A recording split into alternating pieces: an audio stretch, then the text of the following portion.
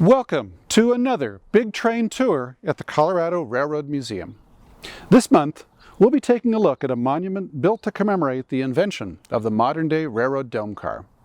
Originally constructed alongside a well-traveled Colorado highway in view of the Denver and Rio Grande Western's tracks, this impressive monument is today proudly displayed at the museum.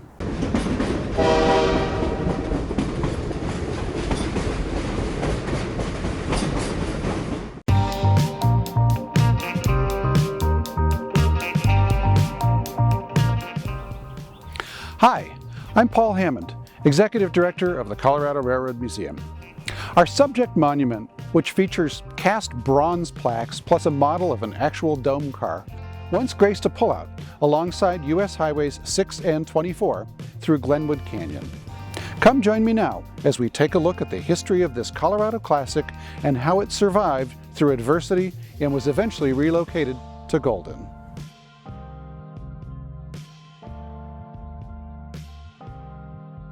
Since the earliest days of railroads, excursions and sightseeing have been important components of passenger travel.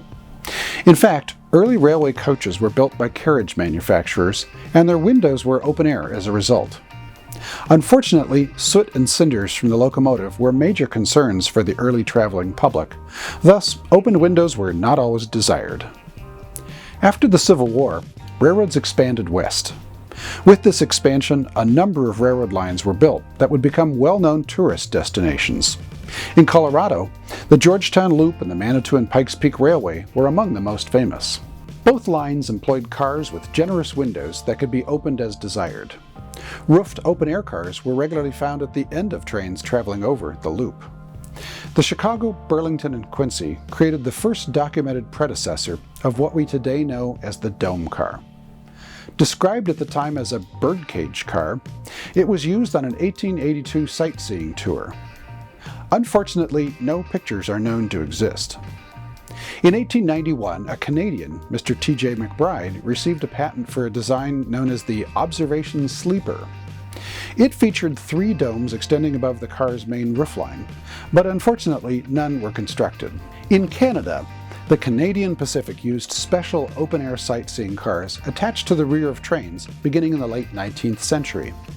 But in the first decade of the 20th century, the railroad would also create tourist cars with raised glass-sided cupolas. These were likely responding to the changing weather in the northern Rockies, where cool temperatures, rain, and sometimes snow would be part of the journey, even in summer. Unfortunately, these early dome car designs were not successful, and the idea would be dropped for decades. The open-air sightseeing car would be the best thing available for those wanting to get closer to nature. Most passengers were happy to stay inside to avoid the smoke and cinders, but the desire by tourists and vacationers to view the scenery from the train continued unabated. Although dome cars would not be part of these sightseeing experiences along the railroad, it was only a matter of time before someone would reprise the idea. Interestingly, the diesel-electric locomotive would play a role in the dome car's successful reintroduction in the mid-20th century.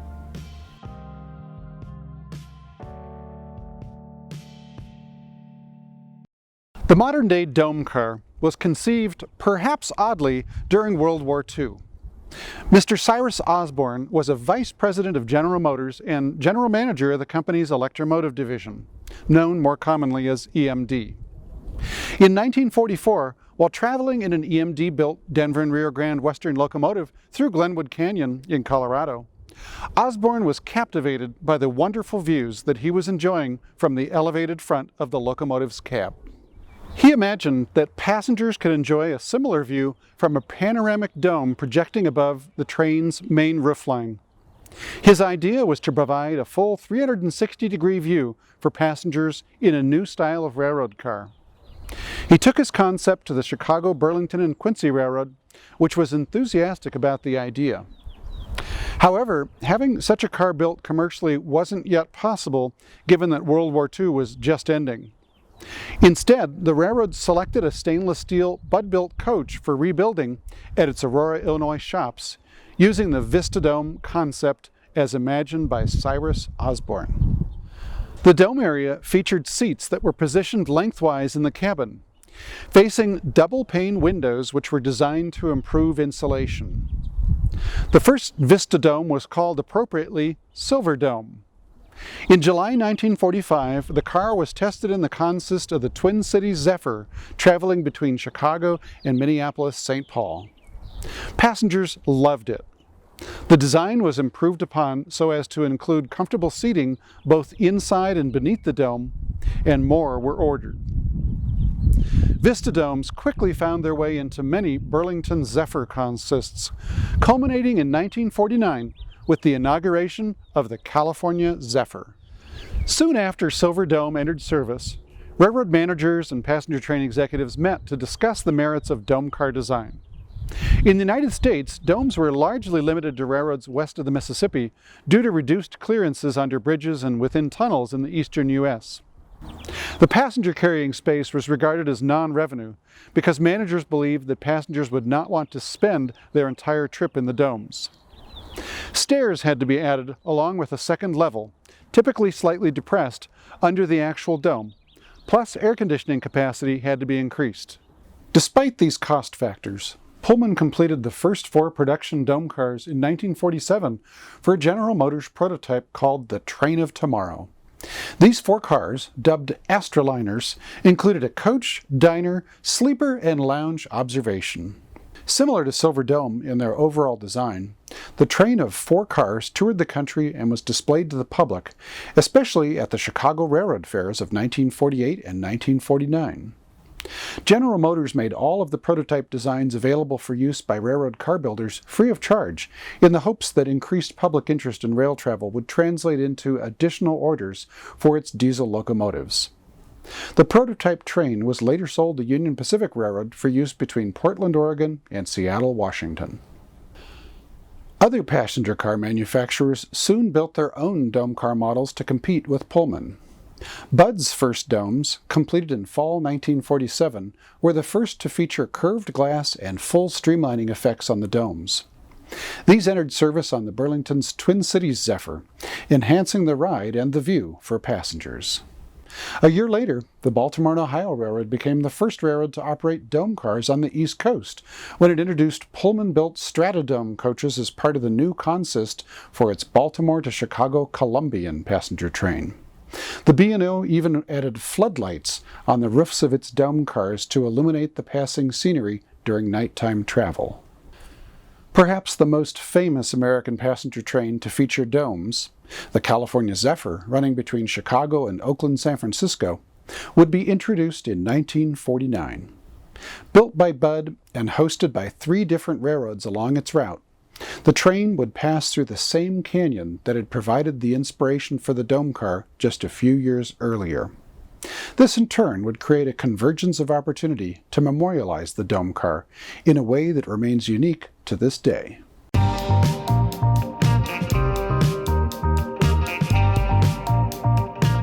Glenwood Canyon is a rugged and scenic gorge in western Colorado.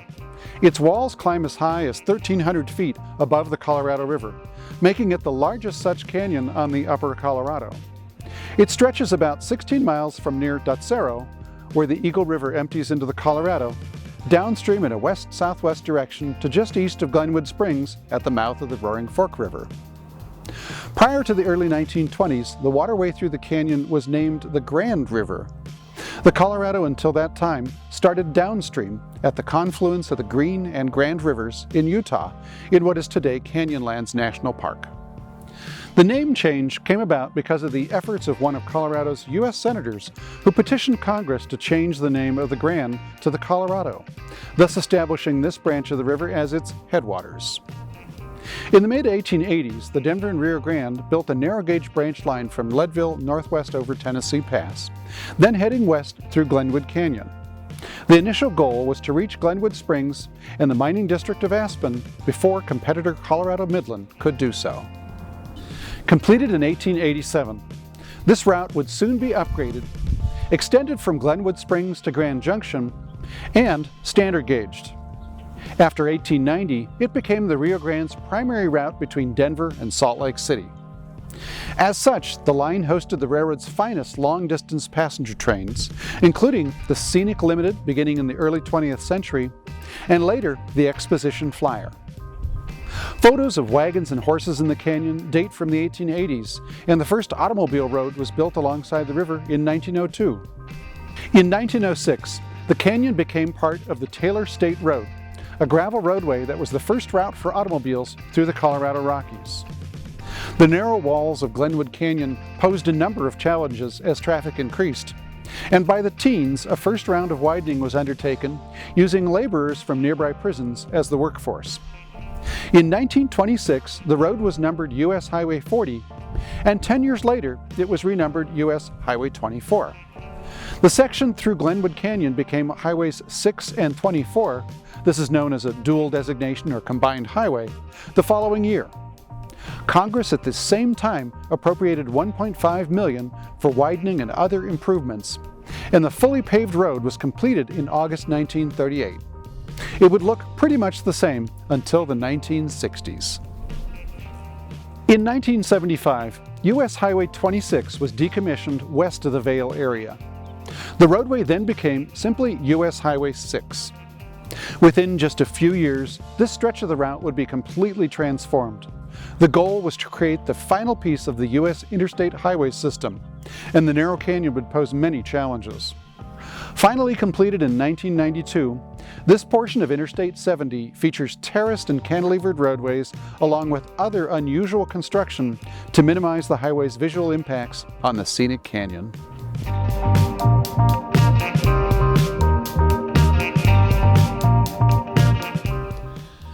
In March 1949, the California Zephyr passenger train inaugurated service between Chicago, Denver, Salt Lake City, and Oakland, San Francisco.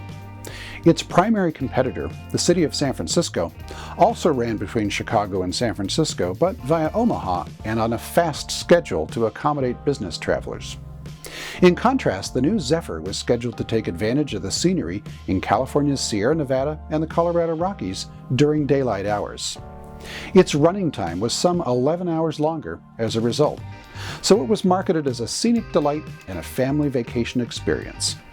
A year after the train's debut, the Denver and Rio Grande Western Railroad, along with General Motors, came together to memorialize the dome car's original idea.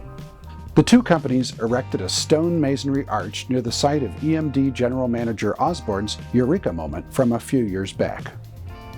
A scaled-down stainless steel Vista-Dome car topped off the arch, complete with an opaque material meant to represent the glass in the dome. A railroad bridge crew used native stone from the region as the monument's exterior finish. The stone outer layer was embedded into concrete, which itself was reinforced with steel rail internally. The exact location just happened to be directly across the Colorado River from Grizzly Siding on the railroad, the scheduled daily passenger location for the eastbound and westbound California Zephyr. The monument's September 1950 dedication ceremony was front-page news in the Denver Post. EMD's Osborne was joined by Rio Grande President Wilson McCarthy. Located at Grizzly Creek, the 29-ton monument included a plaque explaining the significance of the location and the resulting idea.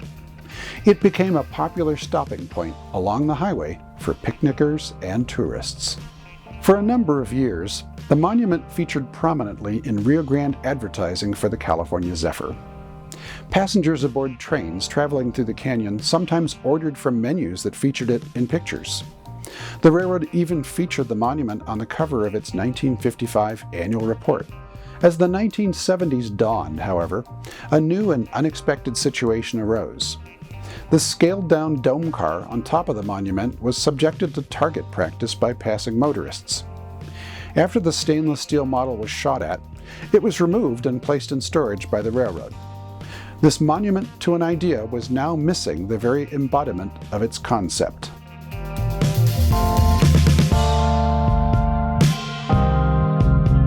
As construction got underway on Interstate 70 in the 1980s, it became increasingly clear there wouldn't be room for the dome car monument alongside the new highway. Many of the traditional pullouts along the old highway were being turned into rest stops and nature areas, and space was tight. The historical marker, sans its iconic dome car model, was facing demolition. Knowing this, representatives from the Colorado Railroad Museum approached the State Highway Department, today known as the Colorado Department of Transportation, or CDOT, to see if it might be interested in relocating the monument's concrete and stone base. It was formally donated to the museum, and the Denver and Rio Grande Western Railroad made the stainless steel model available as well, so the two could be reunited.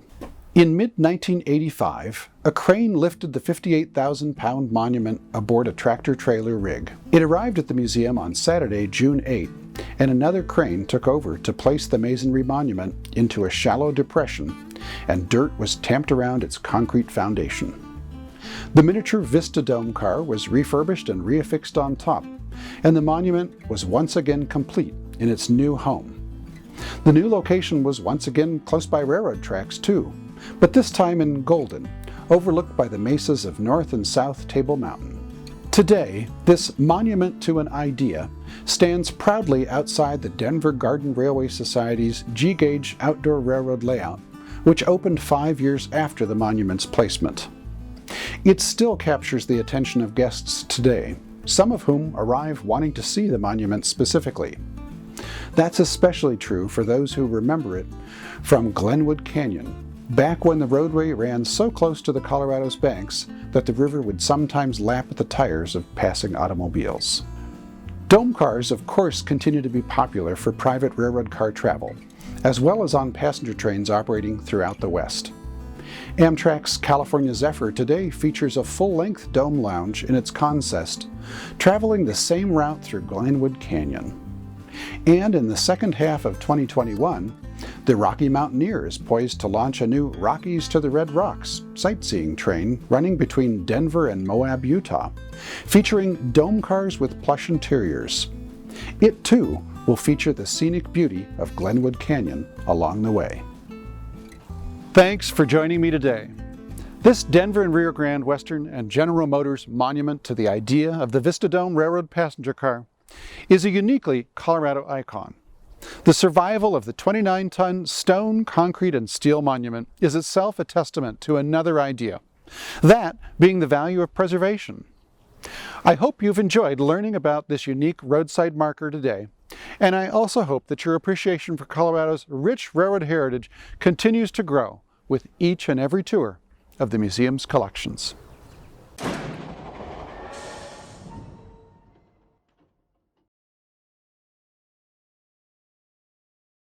Like, comment, share, and subscribe. Commenting and sharing in particular may qualify as virtual engagements for important funding programs like the SCFD.